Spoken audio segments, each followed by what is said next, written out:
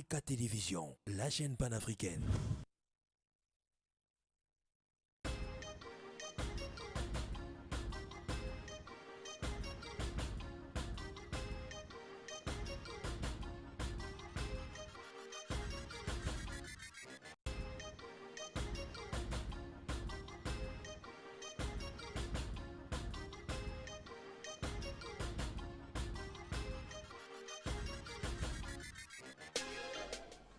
C'est toujours un plaisir de vous servir, mesdames et messieurs, et surtout de savoir que vous êtes nombreux à suivre le magazine à grand format. Vous le savez, le bureau de l'Assemblée nationale a été installé.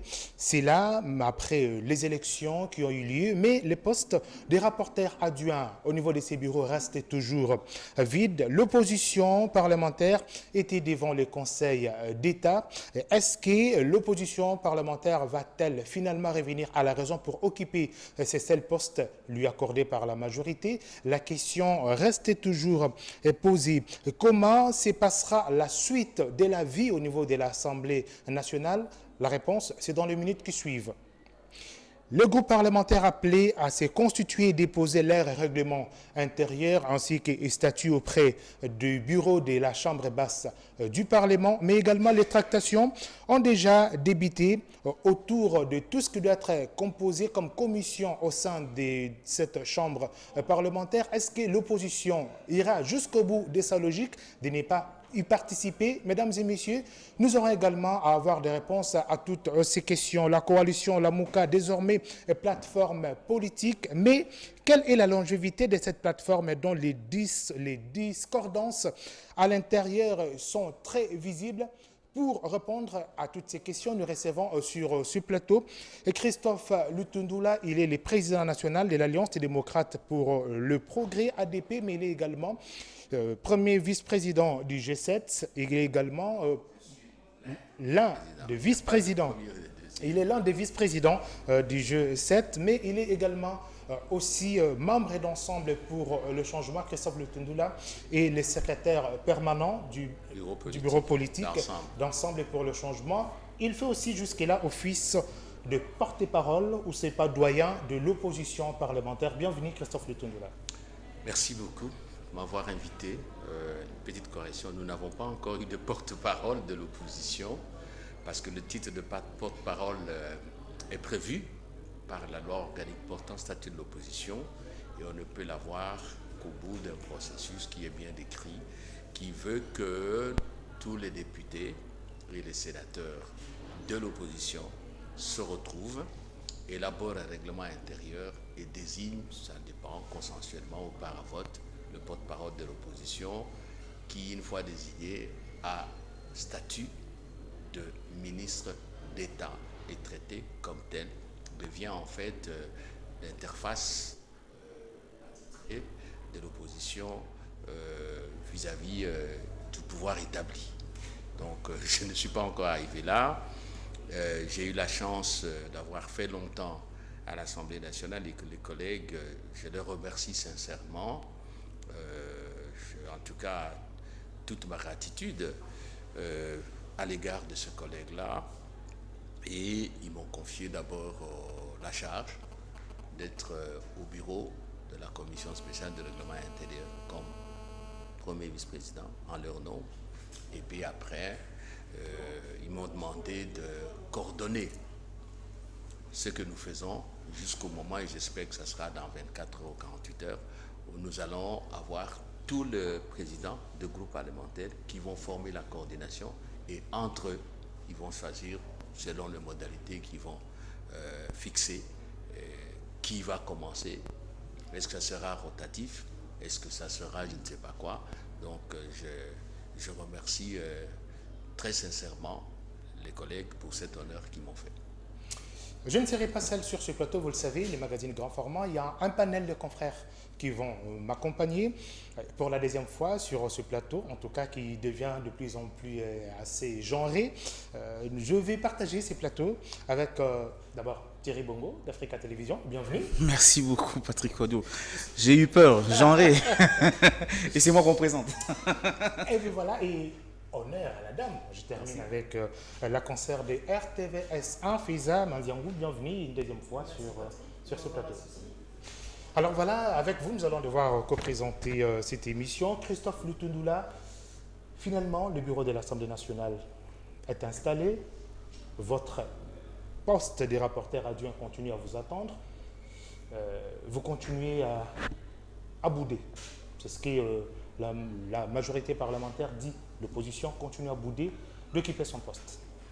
Je n'aime pas ce terme de bouder. C'était un peu de condescendance et de mépris. Non, ce n'est pas une question de bouder ou de ne pas bouder.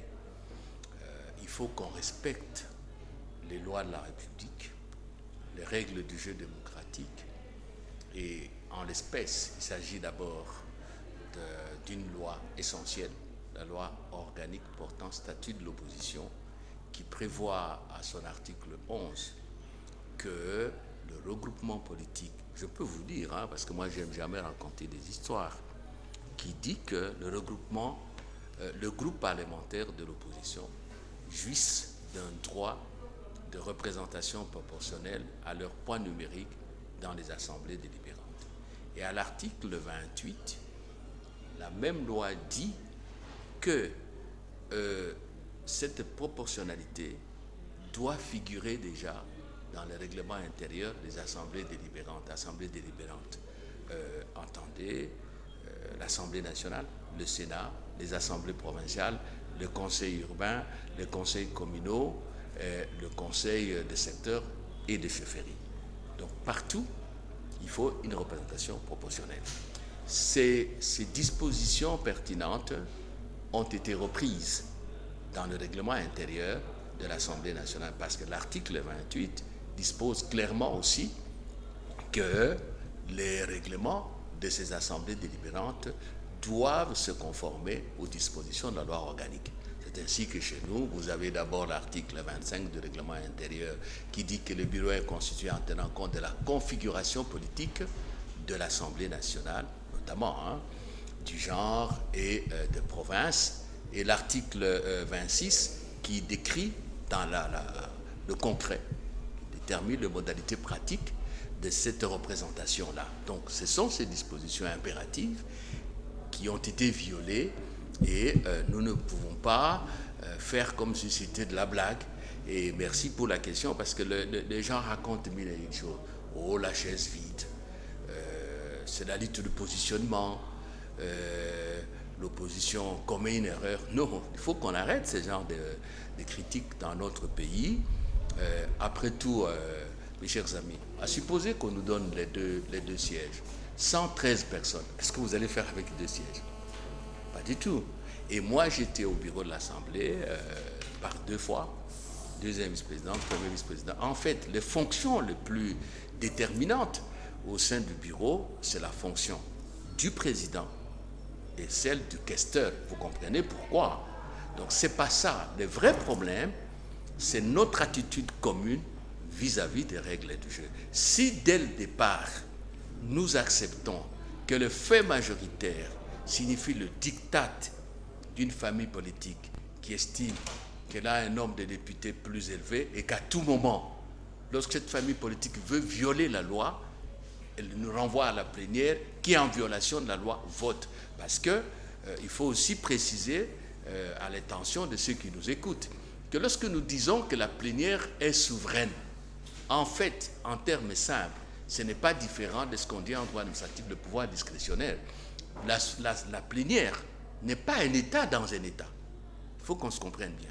Ça signifie tout simplement qu'au nom de l'institution Assemblée nationale, l'organe plénière prend les décisions discrétionnairement dans les matières que la loi attribue à l'Assemblée nationale. Ce n'est pas qu'on peut se retrouver, même à l'unanimité, de décider de violer la Constitution, les lois organiques. Non, non, ce n'est pas ça. Voilà donc les bien fondés. Je voudrais aussi apporter une précision. Rappeler, parce qu'on l'a déjà dit, nous n'avons jamais dit que nous allons boycotter les travaux de l'Assemblée nationale, que ce soit en plénière ou en commission. On n'a jamais dit ça. Ce que nous ne cessons de répéter, c'est ceci. Tant que dans la composition des organes de gestion de l'Assemblée nationale ou des organes techniques les bureaux de commission pour conduire les travaux. Tant qu'on ne respecte pas ce que je viens de vous rappeler, nous n'allons pas participer à ces organes-là. Nous n'allons pas cautionner la violation de la loi. Nous ne sommes pas une opposition pour faire valoir, une opposition alibi ou une opposition témoin. Nous devons assumer pleinement notre statut et notre rôle d'opposant. C'est ça. Donc, les travaux, vous nous avez vu hier, nous étions aux travaux. On a eu un petit retard parce qu'on avait une réunion. Donc là, il faut que ce soit clair aussi. Et nous avons saisi le Conseil d'État plus pour faire respecter la loi organique et le règlement intérieur que pour positionner les gens. Et nous avons attaqué. Là aussi, il faut une clarification technique.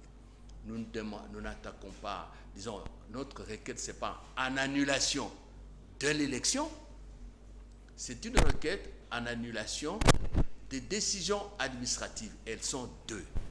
La première, c'est la décision de la plénière, nous attribuant un seul poste, celui de rapporteur adjoint. Une petite parenthèse, pouvez-vous penser que pour 113 députés, on donne le poste de rapporteur adjoint? C'est pour ça que je parlais de la condescendance. C'est du mépris. La deuxième décision administrative, c'est celle du bureau qui porte sur le calendrier électoral et qui, effectivement, convoque l'électorat, c'est-à-dire les députés, à l'élection. Ce sont des décisions administratives en ce qu'elles portent sur l'organisation interne et le fonctionnement interne de l'Assemblée nationale. Et quand vous lisez l'article 24 du règlement intérieur, il stipule clairement qu'il y a des décisions, il y a des actes non législatifs. Et au terme de ces actes, on cite les actes relatifs à l'organisation et au fonctionnement interne de l'Assemblée qu'on appelle des résolutions. Donc c'est quoi que là aussi il fallait dissiper tout équivoque. Évidemment, par ricochet, le Conseil d'État qui devra normalement nous donner raison, devra dire oui, ce n'est pas ça. Le quota, c'est sur 113 députés et non sur 103. Et donc, on rétablit l'opposition dans ses droits et certainement on ne peut pas nous rétablir de manière fictive. Il faut refaire donc l'élection des membres du bureau. Et enfin, par rapport à la question, j'ai parlé beaucoup, merci beaucoup, parce qu'il faut expliquer. Regardez ce qui est ridicule. Suivez-moi bien. Les collègues de Yumbi, de Beni de Boutembo, sont validés, n'est-ce pas? Oui, exact. Avant le scrutin, le processus est en cours. Parce que quand vous lisez l'article 114 de la Constitution, la session spéciale extraordinaire que nous avons tenue a pour objet le bureau provisoire, ça a été fait, la validation de pouvoir, le règlement intérieur et l'élection du bureau. On a terminé la validation du pouvoir. Alors, on dit à ces députés, suivez-moi bien, vous pouvez voter, vous pouvez élire, mais vous n'êtes pas éligible. Je ne sais pas où est-ce qu'on puise cette disposition légale qui dit qu'on est député, comme je n'essaie de le dire, partiellement ou à temps partiel. Et maintenant, là, parce que vous avez parlé des commissions, alors, on va voir. Pour faire la répartition de commissions, va-t-on la faire sur 103 ou sur 113? Voilà la question. Et il n'y a aucune raison d'avantage maintenant que les gens qui ont été validés, qui ont été dans la salle, vous leur dites non. Maintenant, pour le bureau de commission, on ne tient pas compte de vous. Est-ce que vous ne voyez pas que, quand même, là, c'est un peu trop exagéré mais Christophe dans la violation des textes? Lorsqu'aujourd'hui vous exigez à ce que le Conseil d'État vous donne raison, si jamais il arrive à vous donner raison, ce qui veut dire qu'on va reprendre l'élection. Vous aurez besoin de voix, non, ceux qui seront présentés comme candidats de la part de l'opposition parlementaire, vous aurez besoin de voix des députés de la majorité. Comment allez-vous faire aujourd'hui? Parce que ça sera un forcing pour eux. Vous pensez que vos candidats seront élus? Une bonne question, parce que j'ai entendu l'autre jour, et c'est malheureux ça, quelqu'un de la majorité, le collègue Boutakile, pour ne pas le citer, qui disait, voilà, que vous le vouliez ou pas, en fait, vous passez pas ce que nous voulons. Je veux vous dire que dans les négociations, et une fois le collègue collègue Charles Nawes nous a dit, mais votre proportionnalité, ce que vous voulez là, mais nous, ça n'a aucune espèce d'importance. Parce que c'est nous qui décidons, c'est ce que nous voulons qui doit se faire. Je rappelle l'article 27 du règlement intérieur qui dit ceci, que chaque famille politique les présente des candidats aux postes qui lui ont été attribués. N'est-ce pas? Je rappelle que c'est en vertu de ça, de cet article-là, que vous avez vu la collègue Janine Mabunda qui a été élue, était candidat unique. Kabound était candidat unique. Bon, même dans ce qu'ils ont fait, ils se sont donné 5 postes, il y avait des candidats uniques. Donc, normalement, si on est des républicains, si on respecte les règlements intérieurs, ça ne peut pas poser de problème. Et ce n'est pas la première fois. Je sais que dans le passé, on a vu Modeste Bahati en compétition avec Bolenguetenge quand nous on a quitté le bureau avec Vital Kamerhe. Mais je souligne que c'est tous à l'intérieur de la majorité. Et maintenant, c'est encore mieux le cas Lokondo. Pourquoi on a écarté Lokondo? Mais vous n'aurez pas la majorité absolue J'en pour être élu. J'en viens. Le cas Lokondo. Pourquoi on a écarté Lokondo? Parce qu'on a estimé que, étant donné que le quota donné à la majorité a été, si vous voulez, donné à Mme Mabunda, en tout cas c'est elle qui a été choisie pour être candidate de la majorité, le Lokondo ne pouvait pas être accepté. Et vous savez, il est parti. Alors maintenant, de deux choses l'une, ou on respecte les lois, ou on reste dans un esprit républicain, où on dit que oui, l'opposition doit être là, et l'opposition a la liberté, comme la majorité, de sortir son candidat, et on agit régulièrement, où on dit non, nous sommes majoritaires, si c'est Patrick, on ne le vote pas, alors on va aller jusqu'où? Les textes n'ont pas été conçus comme ça, et c'est notre problème en RDC.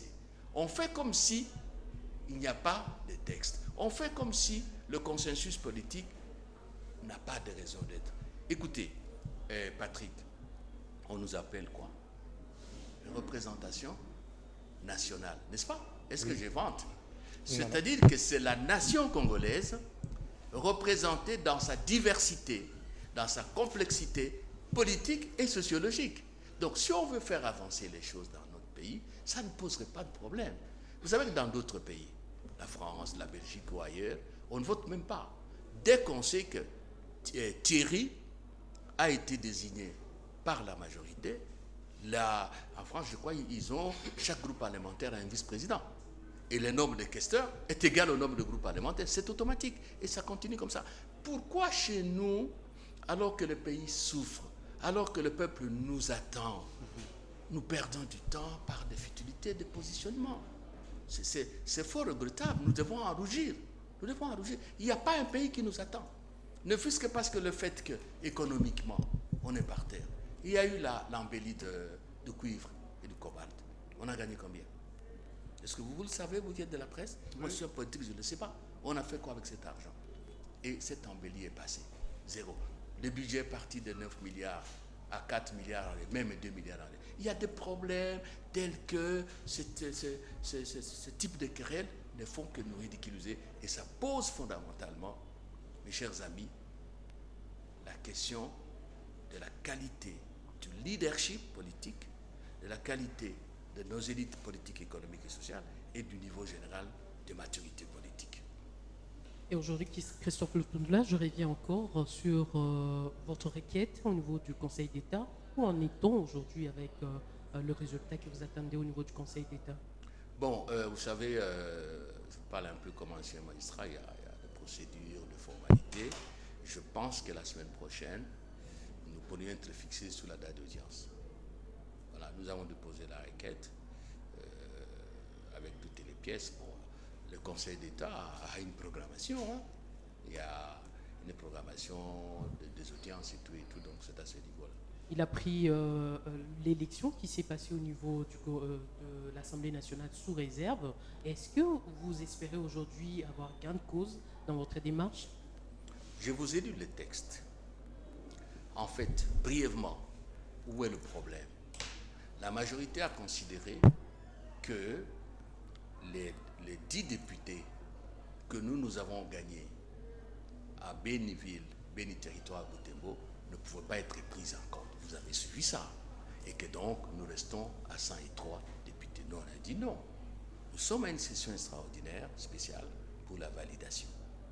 On a retardé les élections. Il ne sert à rien de s'apitoyer sur ça ou de tourner autour de ça. Et le 9, quand, malgré les discussions qu'on a eues, malgré les raisons d'efficacité politique, d'harmonie et de consensualité prévues par l'article 26, dernier alinéa de règlement intérieur, qui dit que bon, il y a la consensualité, il y a aussi la consensualité. Nos amis ont dit, niet, vous, on vous relègue au niveau du classeur.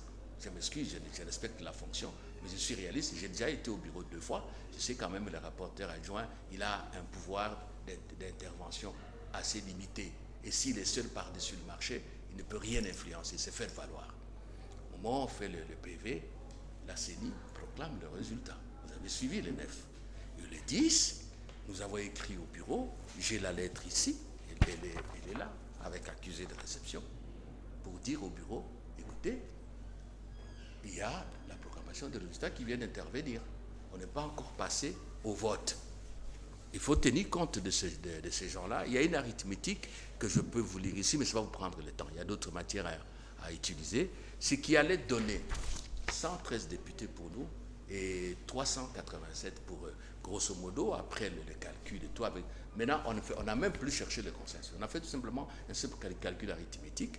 Mais ça nous donnait 5 postes à la majorité, dont des titulaires et un adjoint, 2 postes à l'opposition, dont un titulaire et un adjoint. Et il resterait alors à ce qu'on détermine ces titulaires et ces adjoints, parce que, pour que les gens comprennent, à l'Assemblée, vous avez des titulaires, il y en a 3, le président, les rapporteurs, les questeurs. Les adjoints, il y a 2 vice-présidents, un rapporteur adjoint et un questeur adjoint. Voilà. Et les ratios sont là. Si vous calculez, vous prenez 500 députés, vous divisez par 7 postes, vous aurez 71,4, 71,4. Vous prenez chaque 387 divisé par 71,4, vous avez 5,42. 113 élus divisé par 71,4, vous avez 1,58, vous arrondissez, ça fait 2, et là-bas 5. C'est simple comme bonjour. Le même exercice pour les titulaires, vous aurez 500 divisé par 3, ça vous donne 166,7. Vous prenez 887 divisé, vous aurez 2,32. 113 divisé 0,68, vous arrondissez, il y a 2, 1. Et tout est là. Tout est là. Et c'est ce que nous avons demandé. Le bureau a fait de son mieux pour qu'on reprenne langue. Les amis, on a une seule séance de travail dans la salle de conférence des présidents. Les amis ont dit, pas question, nous sommes majoritaires, et je vous ai répété les paroles de Charles Nawesh, proportionnalité ou tout ce que vous voulez, nous allons en plénière, nous sommes majoritaires. Et on en est arrivé à la situation que vous connaissez.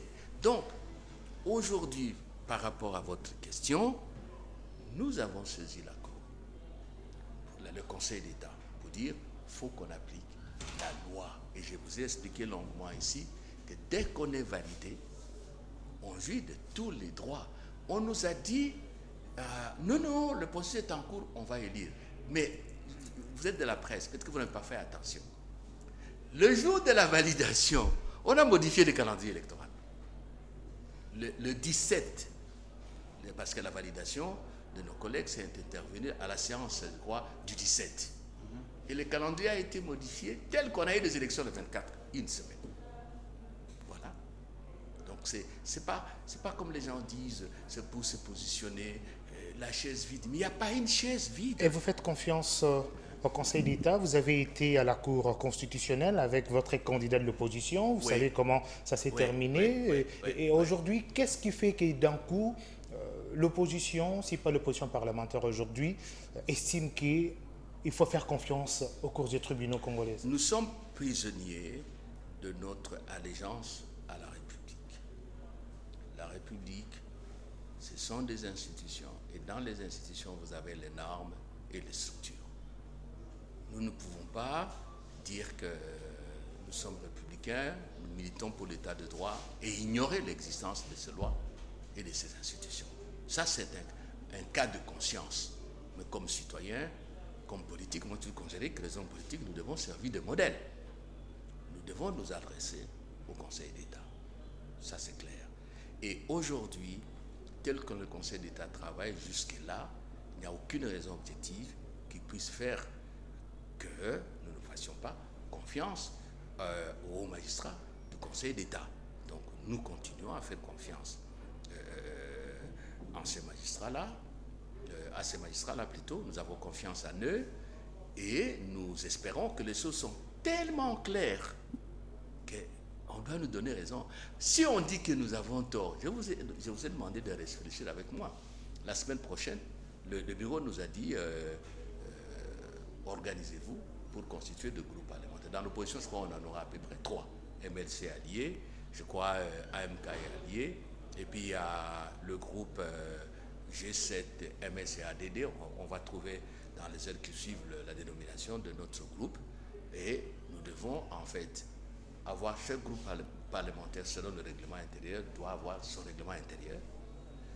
La liste des membres signée, la composition du bureau, et ça fait le dossier qu'on doit déposer dans 5 jours. Donc je crois qu'au plus tard, mardi ou mercredi, au bureau de l'Assemblée nationale. Nous allons... nous faisons ce travail-là, il va se terminer et nous allons voir la suite. Et nous sommes convaincus que la Cour va nous donner raison. Parce qu'il y a un problème. Si on ne donne pas raison, ça signifie que désormais, dès qu'un groupe est majoritaire à l'Assemblée, il impose sa loi sans tenir compte de loi. Ça signifie aussi que dans le bureau de commission, on s'en fiche pas mal des députés de Yumbi, Beni, Boutembo. Voilà. Thierry Bongo. Merci. Christophe Toudoula, je vous ai suivi religieusement. Vous avez suscité en moi plusieurs interrogations. Mais je vais faire, dans la mesure du possible, un petit tri dans toutes mes questions pour vous poser les plus importantes à mon avis. Vous avez évoqué votre requête au niveau du Conseil d'État. Vous dites que c'est... Enfin, les griefs que vous reprochez sont d'ordre administratif, c'est par rapport au règlement intérieur. Mais l'incidence qui numéro 1, ça sera refaire les élections. Oui. Pensez-vous que dans la mesure du possible, là je parle à une personne qui a eu à être dans la gestion d'un bureau de l'Assemblée nationale, dans la mesure du possible, les éléments sont assez probants pour qu'on puisse atteindre cet objectif-là? Comment vous dites? Est-ce que les éléments sont assez probants pour qu'on puisse arriver à cet objectif-là? Oui, pour faire les vous élections? dites éléments assez probants. Je ne sais pas si je ne me suis pas fait comprendre. Non, vous êtes clair, vraiment clair comme un verre clair dans l'eau claire. Oui. Mais le problème, c'est que politiquement parlant, on ne voit pas la majorité, encore moins notre procédure, arriver à cela, à ce stade. Oui, Thierry. Et si c'est cela, pourquoi avons-nous les lois? Si c'est cela, pourquoi battons-nous pour les changements? Depuis longtemps, on a toujours vu à l'Assemblée nationale que la majorité a toujours amené une dynamique qui souvent marche sur oui, les règles établies. Je suis d'accord avec vous. La conséquence, c'est laquelle? C'est qu'on n'avance pas. Ce que nous tous, vous, moi, les autres Congolais, le pays n'avance pas. Parce qu'on obéit aux volontés des individus. Parce qu'on foule au pied des lois. Et un jour ici, et je crois que c'est avec vous, je vous disais que les pays que l'on admire aujourd'hui, faisant le tour de la planète, qui sont stables sur le plan politique, qui font de progrès économiques, qui ont la paix civile, qui sont de puissance militaire et économique, on oublie souvent que cela est dû à la stabilité de leurs institutions, laquelle est liée intimement et conditionnée par le respect des règles, le respect des lois. Alors, ou bien nous voulons l'état de droit, ou bien nous voulons la jungle. Voilà. Et vous n'avez pas tort, Thierry, parce qu'il y a des précédents. La Cour constitutionnelle, le dossier du Katanga, avec Kazembe, je crois. Kazembe, il y avait un autre gouverneur. Oui. La Cour constitutionnelle, oui. je ne vous injurie pas en vous rappelant ces décisions. Ben, le gouvernement a refusé d'appliquer, oui, d'exécuter. Et on peut continuer. Et c'est là aussi le problème, sur le plan politique. Je vous ai ici souligné le problème de la qualité de nos élites, le problème de la maturité générale de notre peuple. Comment on peut trouver des situations pareilles, des situations anormales? Et je n'entre pas dans les discussions sur la fiabilité du processus électoral. Ceux qui vous disent que nous allons continuer la même politique, je n'invente rien. Nos amis qui sont majoritaires aujourd'hui nous ont toujours dit que c'est la continuité. C'est la continuité. Mais ce sera la continuité. C'est ça la question de fond. quelque Et là, part- je vous rencontre. Mais quelque part aussi, il y a cette petite interprétation de la, enfin, qu'est-ce que je peux dire, conception de la démocratie en RDC.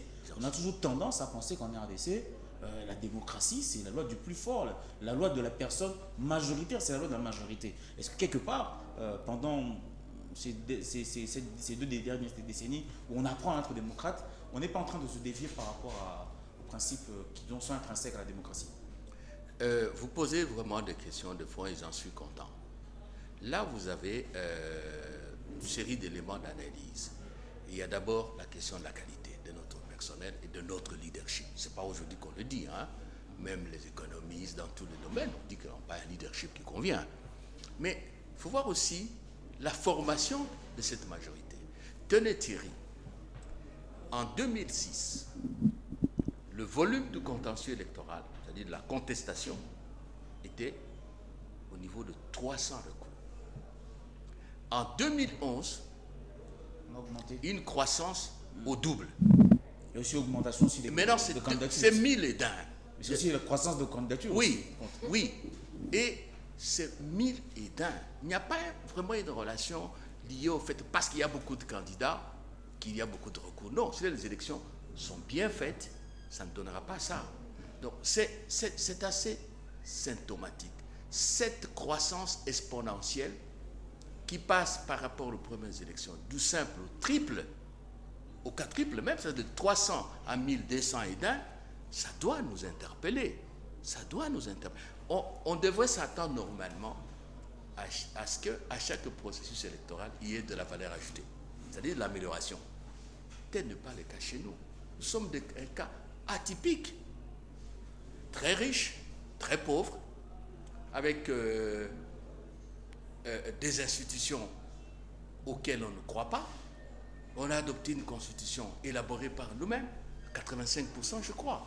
Et ceux qui sont là pour appliquer la constitution, à dire vos vache. La culture de droit, le droit ne vaut que quand il est en ma faveur. Ce sont des questions de fond et ça nous interpelle de tous, y compris la population qui nous suit en ce moment. Ok. Là. Je vais vous poser deux questions.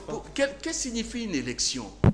Qu'est-ce que signifie une C'est élection? le choix. Alors, si on fait de mauvais choix, en fait, comme je le Est-ce dis... qu'on fait vraiment des choix? On parle de plus en plus de nominations, de mise en Mais place. pourquoi nous, on ne se donne pas de choix? Pourquoi nous acceptons ça? C'est ça la question. Regardez les Algériens. Il faut noter trois faits très remarquables. Ils ont marché, on n'a rien détruit. On n'a même pas cassé un stylo. Rien du tout. 2. Les forces de l'ordre n'ont brutalisé personne. Vous comprenez? Et 3. On est en train de changer dans la maturité. Et le cas de l'Algérie, comme du Soudan, parce que souvent, je m'excuse beaucoup, vous tous, vous dites, bon, c'est le leadership politique, les hommes politiques. Commençons. La Tunisie à l'époque, l'Égypte à la place d'Aïr, le Burkina Faso, l'Algérie. Est-ce que vous avez vu les hommes politiques là-bas? L'Algérie, les médecins, les journalistes, les infirmiers, les fonctionnaires, toutes les catégories sociales ont pris conscience de ce qu'il fallait changer. Ce n'est pas le cas chez nous. Je ne suis pas là pour dire... On est vers une annihilation de la nation. Mais nous faisons une analyse. C'est un questionnement... Un questionnement qui est général. Je voudrais, un jour ici avec vous, je vous ai dit, je donnais un devoir à chaque Congolais. Chaque fois qu'il se trouve avant de dormir, parce que nous prions beaucoup, qu'est-ce que je peux faire pour notre pays? Un peu comme Kennedy aux Américains. Pourquoi sommes-nous arrivés là? C'est bien, il faut prier tout le temps, même les prêtres. Je dis ça, mais les prêtres vous disent, surtout les catholiques, il faut changer vous-même. On vous a dit, après le 30 décembre, est-ce que vous pensiez qu'on serait dans la léthargie comme ça. Nous sommes à quel mois ici? Sans gouvernement. Cinquième. Et puis encore, parce que nous avons parlé de la qualité, regardez là, même ceux qui ne font pas la politique, nous savons que lorsqu'il y a élection législative, surtout accompagnée d'une élection présidentielle, après la prestation de serment du chef de l'État, la validation du Parlement, qu'est-ce qu'on fait? Le Premier ministre va remettre la démission au président. Et ici, on a poussé le ridicule jusqu'à aller poser la question au Conseil d'État. Est-ce que vous n'avez pas honte de notre pays? Christophe, et aujourd'hui, permettez, nous sommes dans une dualité de leadership. Vous avez un chef de l'État qui a même des problèmes de logement, et vous avez l'ancien chef de l'État qui tient à apparaître, à démontrer que lui, là, il est aux commandes. Mais vous pouvez pas Ah, aussi l'enterrer comprenez. politiquement, il a le droit de survivre. Non, mais il y a le droit de survivre, mais il y a l'élégance républicaine, il y a le respect des... Il y a l'efficacité de la démarche politique. Moi, si j'étais le président Kabila, en ce moment-ci, je ne me ferais pas avoir trop pour dire, ah, si c'est Kabila qu'on vous a présenté comme le mauvais et tout ça, moi, je me fais discret et je laisse les autres gouverner. Comment voulez-vous être dans une coalition avec Félix Tshisekedi? Suivez bien mon raisonnement. Coalition, c'est-à-dire qu'on peut gouverner ensemble. Exactement. Et faire tout pour que lui ne gouverne pas. On ne lui donne pas les espaces d'action. On ne lui donne pas les espaces de liberté. Non, mais et le pour président, il peut assumer nommer- ses il peut fonctions. nommer, il peut En signer quoi il l'ordonnance peut et nommer. servir? En quoi Félix peut-il servir la coalition si tout le temps il est gêné par des déclarations, par une sorte d'attitude ostentatoire, s'il est gêné pour accomplir le devoir de ses fonctions? Votre raisonnement Voilà. ne vous met pas en conflit avec, votre nouvelle plateforme, la Mouka? Par rapport à quoi? Bah, vous reconnaissez tout pleinement le pouvoir de Attendez là, ne Félix. faites pas ça- l'amalgame. Il y a un chef d'État, ça m'engage que moi. Il y a un chef d'État, nous ne sommes pas dans un État de non-droit. Nous ne sommes pas dans la jungle. Il y a eu le problème des élections, il y a eu la vérité des urnes, et il y a tout le discours qui se développe autour de ça. Mais n'allez pas jusqu'à dire que le Congo n'a pas un chef d'État. Là, ça ne va pas, ça va pas. On peut tout perdre, mais il faut au moins ne fût-ce qu'avoir les apparences d'une organisation. Félix et Antoine Tshisekedi Tshilombo, il est le président de la République. C'est clair. Vous comprenez? Mais ce qu'il faut aujourd'hui, et c'est ça l'expression prendre acte, utilisée par les évêques catholiques, par les partenaires extérieurs, et que j'utilise aussi, la politique se joue en temps réel. Moi, je ne suis pas spécialiste de politique fiction, mais je me pose la question. Le président Kabila et les siens, l'ancien chef de l'État, ils ont fait coalition avec Félix pour qu'il n'opère pas, pour qu'il soit Badi Banga 3 ou Tchibala 2. C'est ça la question. Félix ne peut être utile à la coalition et au pays que s'il est en mesure d'impulser une dynamique nouvelle, la dynamique du changement. On vous dira Voilà. que vous n'êtes pas habitué à voir deux anciens chefs d'État, un ancien chef d'État, un président en exercice, Non, non, mais ça, c'est vivre pas- dans le même espace. Thierry, J'aimerais- je vais vous laisser la parole. Là, Le là temps- aussi, le temps nous il ne faut pas permet- désarticuler les gens. Vous répondrez à votre temps de parole. Laissez-moi, s'il vous J'ai plaît, une petite question permettez importante aussi à poser. un mot, une J'ai une seconde. petite question importante à Une poser. seconde. Comme ça, vous répondez une fois pour toutes. Une seconde, une La seconde. réponse est la Une question, seconde. Thierry. Parce que là, vraiment, ça me heurte beaucoup. Vous dites, vous n'êtes pas habitué. Oui, on nous dit ça, vous n'êtes pas habitué. Mais comment un peuple peut être habitué à un dualisme à la tête de l'État? Non, Comment il y a- ça? il y a un ancien chef de L'État l'État en vie et un président en fonction. En fonction. Alors les deux gouvernent. Mais le président de la République gouverne deux le gouvernent. seul. Parce que Quoi? l'ex-président Joseph Kabila, depuis qu'il n'a qu'à ne Mais signe pas d'ordonnance de attendez un peu nomination. là, attendez là. Il ne faut pas semer la confusion. Il faut que nous ayons le courage, même si nous ne sommes pas dans l'entourage du président Joseph Kabila, l'ancien chef de l'État, de lui dire certaines choses. Il a reçu le gouverneur élu, les anciens, avant l'investiture. À la limite, on peut comprendre, parce qu'il est chef de famille politique. Laisser le concept d'autorité morale, ça, ce sont des euphémismes pour contourner la loi et les règles républicaines. Moi, je ne conteste pas ce droit-là. C'est son droit. Mais à sa place, j'aurais été un peu plus discret, compte tenu du contexte général Non, mais il est discret, il et de s'habille en l'élégance gilet, républicaine. en jean, Non, il non, c'est reçoit pas dans ce que une je veux tenue moins dire. cérémoniale. Je ne parle pas de la discussion au niveau de la tenue vestimentaire. On se comprend bien. Ce sont des- Mais le problème aussi communications. peut être posé différemment. Quand le président veut recevoir les présidents des assemblées provinciales, qui sont en session. Si les présidents de l'Assemblée provinciale doivent se déplacer pour venir ici, il y a quand même un problème.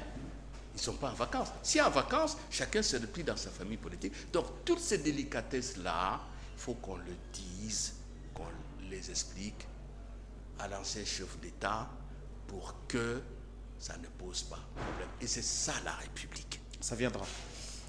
On va revenir chez Feza. On prend en tout cas dans les minutes qui nous restent. Ok, je des questions que je voudrais vous poser. Donc, dans vos réponses, j'ai cité plusieurs questions. Entre autres, aujourd'hui, quand Christophe Lutundula reconnaît le pouvoir de Félix Tshisekedi, donc vous vous dédouanez du combat de la vérité des urnes que ne cesse de prôner Martin Fayoulou? Non, madame, j'ai déjà répondu à la question. Moi, je vous dis ceci. Félix est là.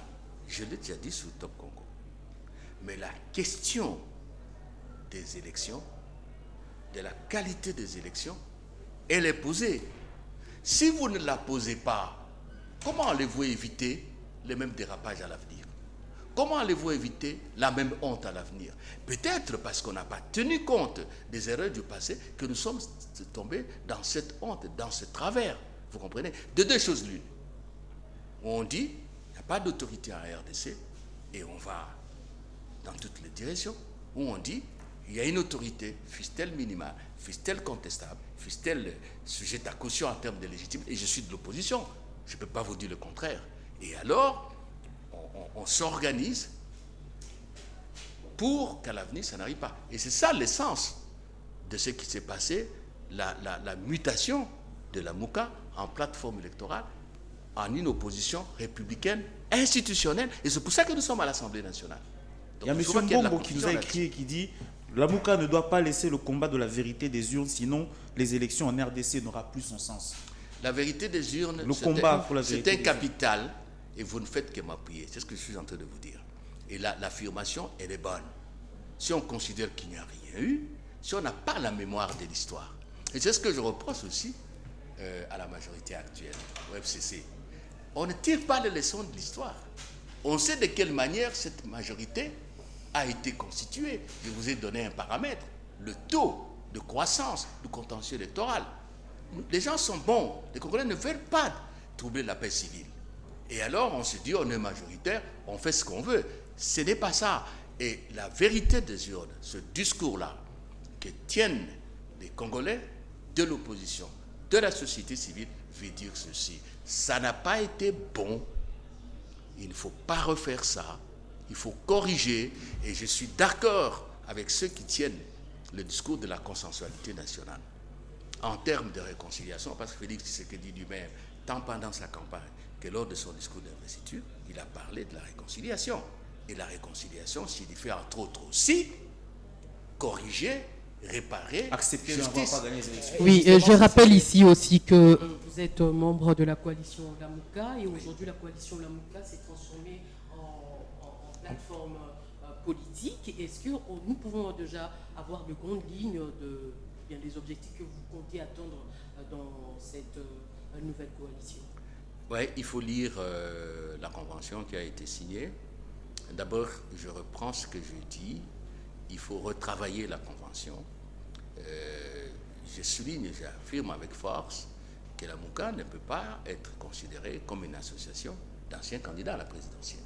Mais est-ce qu'on ne peut pas dire aujourd'hui que la MOUCA est en train d'aller au bord de l'implosion? Je comprends. Je n'ai pas la langue de bois, j'aime le répéter. Le risque est réel. Ne fût-ce que parce que quand vous jetez un regard sur l'histoire de l'humanité, là où il y a eu un leadership collectif, avec le triumvirat romain, la Troïka et tout ça, à un moment donné, ça craque. Et il y a un qui s'impose. On peut voir quand il y a eu des coups d'État en Afrique, conseil révolutionnaire, conseil de ceci, le danger est réel, on ne peut pas les minimiser.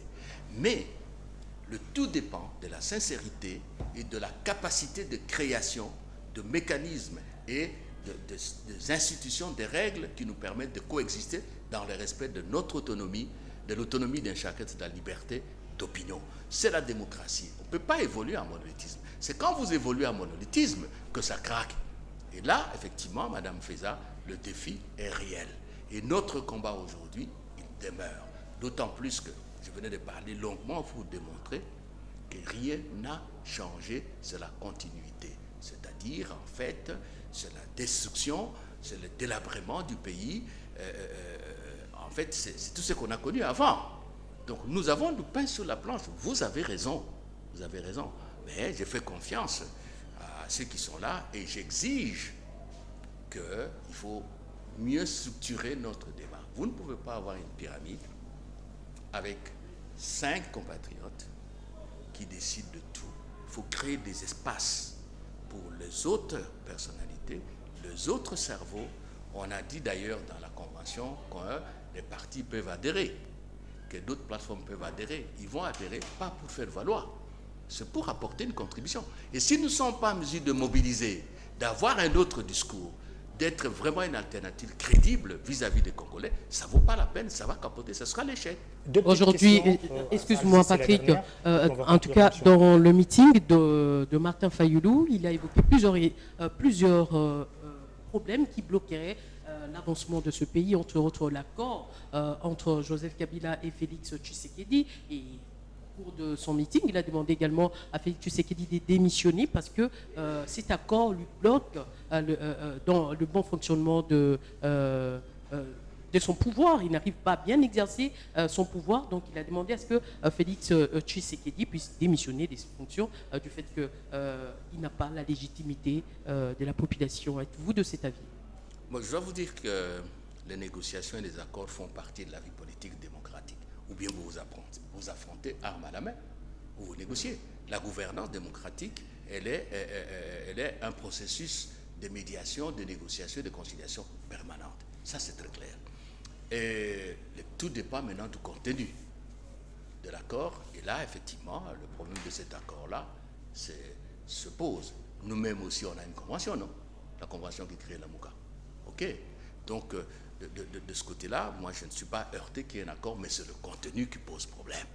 Et d'après ce qu'on voit, où on fait savoir à Félix à tout moment qu'il n'est pas majoritaire, que lui n'a pas de marge de manœuvre, là, il y a quand même un problème avec cet accord-là. Ça, c'est très juste. Et vous dites encore quoi? La démission. La démission de Félix Tshisekedi. Mais là aussi, moi, je ne comprends pas pourquoi nous avons des états d'âme. Nous suivons à travers les médias, actuellement les médias sociaux à la mode, les médias audiovisuels. Quand un opposant parle, vous avez demandé à Martin d'applaudir Félix? Non. Nous, au G7, Ensemble pour les changements de Moïse Katumbi, qu'est-ce que nous disons? Si ceux qui sont ici aujourd'hui posent des actes bien, nous allons les encourager, les soutenir, comme la décrispation politique telle qu'elle s'est faite. S'il y a du mal, nous sommes dans l'opposition, nous allons attaquer, et sérieusement, avec des propositions alternatives. Donc, quand les Mélenchon, le je ne sais pas qui, parlent dans leur pays, ils demandent au chef de l'État de démissionner, pourquoi avoir des états d'âme là-dessus? Moi, je ne comprends pas là. On a l'impression qu'il y a une opposition dans l'opposition, une qui va vers les extrêmes, l'autre qui fait un petit peu de l'eau de vin. On ne sait pas réellement quel est ce leadership-là est tenu par qui. Avec la question de Thierry Bogo. Une certaine hybridité aussi. On acquise ensemble pour le changement d'être hybride au sein de l'opposition. Vous soufflez le chaud et le froid entre soutenir Félix. Je vous comprends. Et vous êtes bénéficiaire, Moïse Katumbi, personnellement, du pouvoir de Félix. C'est la preuve, ce qu'est les dossiers scrupules. C'est un arrangement entre amis. Aujourd'hui, l'affaire mercenaire, en fait, le seul opposant qui bénéficie aujourd'hui directement de l'ère Félix Tshisekedi, c'est Moïse Katumbi. Bon, je vous comprends. Nous comprenons de nos Congolais. On a été tellement habitués au monolithisme du parti-État qu'on a difficile à comprendre qu'à l'intérieur d'une structure, il y a hier diversité et confrontation des opinions. Moi, je suis à l'aise avec ça. Alors, tout le monde est modéré. Qu'est-ce qui va se passer? On peut commettre des erreurs. On peut avaler n'importe quelle couleuvre. Tout le monde est extrémiste. On fait des casses. Alors, moi, je ne suis pas de votre culture, là. Hein? Je ne suis pas d'accord avec vous. Ce qui est important, c'est d'arriver à des approches dynamiques. Qu'est-ce qu'on dit en français? Le choc de lumière, le choc des idées, jaillit la lumière. Donc, c'est cela. Il n'y a rien qui détruit. Mais il faut qu'on développe, là je vous rejoins, des capacités de synthèse, comme on voit les choses se faire dans certaines démocraties. Les mesures C'est pas une façon pour ensemble d'amadouer un peu le pouvoir lors de partage du pouvoir que vous puissiez quand même avoir un poste ministériel. Retenez bien là, je veux répondre à ce qu'il a dit Katumbi. Bénéficier, je n'ai pas ce type de terme. J'apprécie que Félix ait donné le ton. Il a exprimé clairement sa volonté de changer à travers le discours et c'est un jalon qu'il pose. On ne peut pas lui nier ça, parce qu'avant ça n'était pas fait. Vous comprenez? Mais ce n'est que justice. Il faut que ça soit. Nous vous avons dit longtemps, nous les collaborateurs de Katumbi et ses partenaires, nous sommes ses partenaires, que tout était faux. J'aurais voulu voir les médias insister là-dessus pour dire, voilà, la vérité a éclaté, nous ne voulons plus avoir ça au Congo. D'autant plus que quand je suis au Béminac sur RFI, un langage là mielleux, clair-obscur, alambiqué, ou peut-être qu'on veut nous annoncer, parce que je connais bien Aubin, M. Minakou, c'est un peu ça, nous dire, bon, il vient d'accord, mais il y a d'autres choses qu'on va inventer. Mais vous devez être en train de dénoncer ça. Il faut encourager Félix d'aller vers ce sens-là, d'autant plus que ce qu'il fait est le résultat d'un consensus contenu dans l'accord de la Saint-Sylvestre. Coup de chapeau au président Félix Antoine Tshisekedi Tshilombo, mais il ne faut pas présenter ça autrement. Et la dernière question de Madame César, c'était quoi? C'était le partage. C'est pas une façon pour ensemble d'amadouer le pouvoir. Non, du partage. Franchement. Du partage du gâteau. Franchement, laissez ce discours-là. Il est ridicule. Et j'ai même l'impression que nous sommes parmi les rares pays, on utilise ce terme de vocabulaire, on considère la République comme un gâteau. Moi, j'ai honte de ça. Nous apprenons ça de nos politiciens. Non. Ce sont les politiciens qui ont amené ça. Est-ce que vous estimez que c'est honorable que je puisse devant vous contester les mérites de Tshisekedi pour avoir appliqué l'accord de la Saint-Sylvestre? Vous allez me trouver un homme sérieux. Christophe, nous courons derrière le temps. Donc, nous disons, ensemble pour les changements, que ce qui est bien pour le peuple, nous disons oui. Sinon, nous n'avons pas de raison d'exister. Je vais toujours répéter à vous trois que l'homme politique n'existe que pour autrui. Donc, il n'y a pas un problème de positionnement. Mais là où ça ne va pas, et voyez la vie que nous allons mener, lorsqu'on va mettre toutes les institutions en place, vous allez voir, nous allons faire de l'opposition vraie. Pas de l'opposition pour nous faire applaudir ou pour dire que moi, j'ai la qualité, l'autre n'a pas la qualité. C'est complètement prétentieux et ça n'avance pas la République. Christophe, nous courons derrière le temps. Nous sommes presque à la fin de cette émission. Mais comment répondriez-vous à la question de public qui disent qu'aujourd'hui, Ensemble est en train d'amadouer le pouvoir pour avoir le poste de porte-parole de l'opposition au sein du Parlement? Et la deuxième question, aujourd'hui, Fayoulou on a déposé une plainte chez lui pour aller répondre au niveau du casier judiciaire. Est-ce qu'on peut savoir déjà qu'est-ce qu'on reproche à Martin Fayoulou? Bon, rapidement. Amadouer l'opposition pour avoir le poste de porte-parole, je renvoie tout le monde à la lecture de la loi portant statut de l'opposition. Ça n'a rien à faire avec la majorité. Je vous ai expliqué ici au départ, non? Quand on a commencé l'émission, la majorité n'a rien à faire là-bas. C'est une histoire interne. Ce qui peut y avoir, peut-être là, vous voulez parler de cela, c'est qu'elle peut bloquer, parce que rappelez-vous, la législature passée, là, on profite de l'incise qui est dans la loi, qui donne au président du Sénat et de l'Assemblée la charge de facilitation, et on a bloqué. Mais cela n'est pas la voie obligée. Si nous-mêmes de l'opposition, c'est une bonne question, nous faisons preuve de maturité, d'élévation d'esprit et philosophique, nous sortons dans les règles, je vous ai expliqué, les porte-parole. On va voir comment la majorité va faire obstacle. Et vous avez parlé, le dernier point, c'est quoi? Martin Fayoulou, Martin. Ça Oui. Moi, je trouve que ce n'est pas ça la République. Je comprends, il y a eu la plainte, on a déposé, et j'apprécie que Martin lui-même soit prêt à y aller. Mais encore une fois, le peuple congolais n'attend pas cela. Il y a beaucoup de dossiers graves, des détournements des biens de l'État, des dossiers graves de détournement des deniers publics, des dossiers graves dans le secteur minier, dans le secteur pétrolier, et tout ce qu'il y a eu comme scandale financier. Vous le savez. Est-ce que vraiment vous croyez que... Allez, prenons la plus mauvaise hypothèse, parce que je ne suis pas très polémique. Martin a dit ça. Bon, Martin a dit ça. Prenons comme ça, hypothèse de réflexion.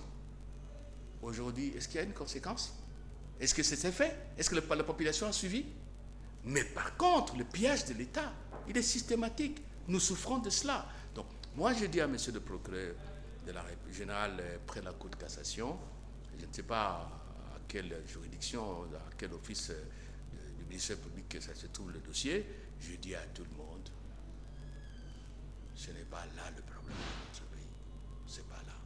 Ceux qui sont au pouvoir, nous vous attendons à la gestion.